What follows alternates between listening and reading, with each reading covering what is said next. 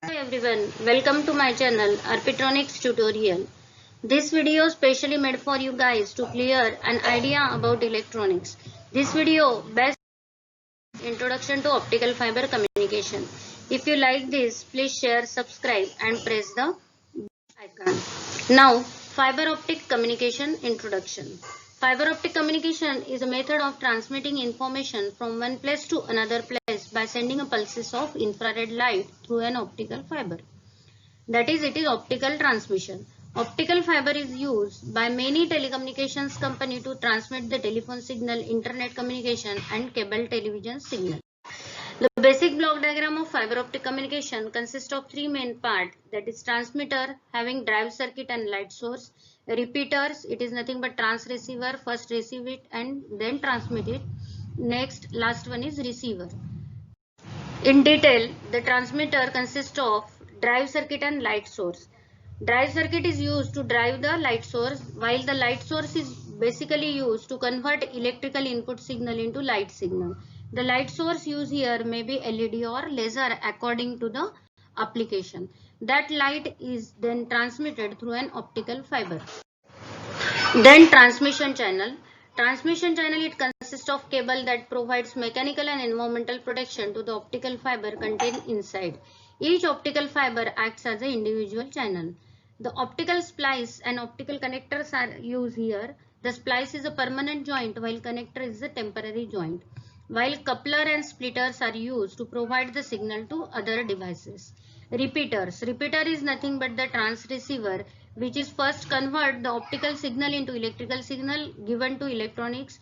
Electronics is nothing but the amplifier where it amplifies the signal and compensates the loss, and the signal is again converted into optical signal by the optical transmitter. Next one is receiver. In receiver, it consists of photodetector and signal restorer. Photodetector is nothing but photodiode or phototransistor which is used to convert the optical signal into again electrical signal, while signal restorers and amplifiers are used to provide signal to noise ratio, improve the signal to noise ratio of the signal as there are chances of noise to be introduced in the signal due to the use of photodetector. Now the advantages and disadvantages of optical fibers are extremely large bandwidth. It can be useful for long distance communication, resistance to electromagnetic interferences, low security risk, small size and light in weight. The disadvantages are it is very difficult to install. Then various losses such as attenuation, dispersion, bending loss, scattering loss, these are occurs in optical fiber. And the disadvantage is cost is higher than copper. Now the main structure of optical fiber, it consists of three main parts, core, clad and coating. The core is made up of either glass or plastic, provides the path for light propagation, that is, it is the main part through which the light propagates in the optical fiber. The refractive index of core is always more than refractive index of clad. Larger core size allow a larger amount of light or a larger beam diameter to enter the fiber. The numerical aperture of the core determines the range of incident angles the fiber can accept and still perform within its specified range. The cladding is the outer coating. It prevents the light from exiting the core and being absorbed by the rest of the cable. After cladding, there is coating. The coating or buffer protects the core and clad and provides the strength. And now classification of optical fiber basically based on material, modes and refractive index. Material used may be glass, so glass fiber and plastic fiber. Then number of modes, it is single mode or multi-mode. In single mode, only single ray passes through that optical fiber, while in multi-mode, number of rays at a time passes through that optical fiber. Then refractive index profile, there are two types, step index fiber and graded index fiber. In step index fiber, the refractive index of core is uniform throughout the fiber, while in graded index fiber, it may be gradually decreases towards the clad as shown in detail next. Then optical fiber modes. Both type of single and multi-mode are known as step index fiber because the index of refraction changes radically between the core and the cladding. See here in this multi-mode step index, multi-mode because number of modes are there or number of rays transmitted here but the refractive index of core is uniform throughout the fiber. In single mode, the single ray travels, but the refractive index is uniform. While in multimode graded index fiber, number of modes are there, but the refractive index is maximum at the center and gradually decreases towards the cladding. Now, total internal reflection is the main property by using which the light optical signal or light signal transmitted through the optical fiber. That is, when light travels from one medium to another medium, it changes speed and it's refracted. For total internal reflection to occur, the light must travel from dense medium to less dense medium. For example, glass to air or water to air.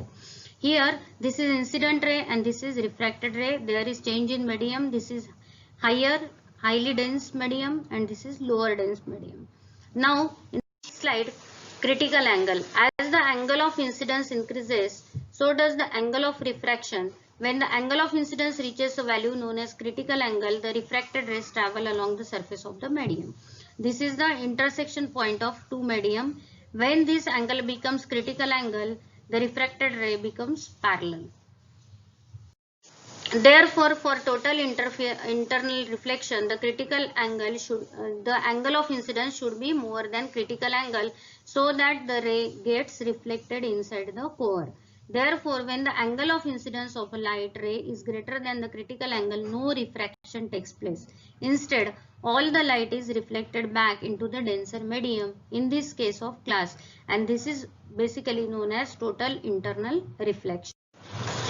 Now, the important terms in optical fiber is numerical aperture.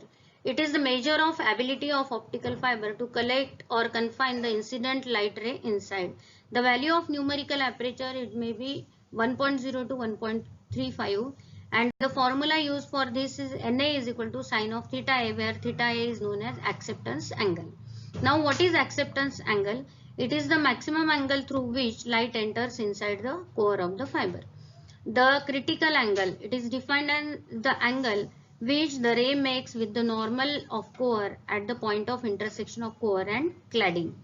Next, this is based on Snell's law, total internal reflection. If N1 and N2 represent the refractive indices of core and clad, and alpha 1 and alpha 2 are known as angle of incidence and refraction, the Snell's law states that N1 upon N2 is equal to sine alpha 2 upon sine of alpha 1. This is the main part, or this is the main theory useful for transmission of light through an optical fiber. This is an introduction to basically optical communication. Thank you.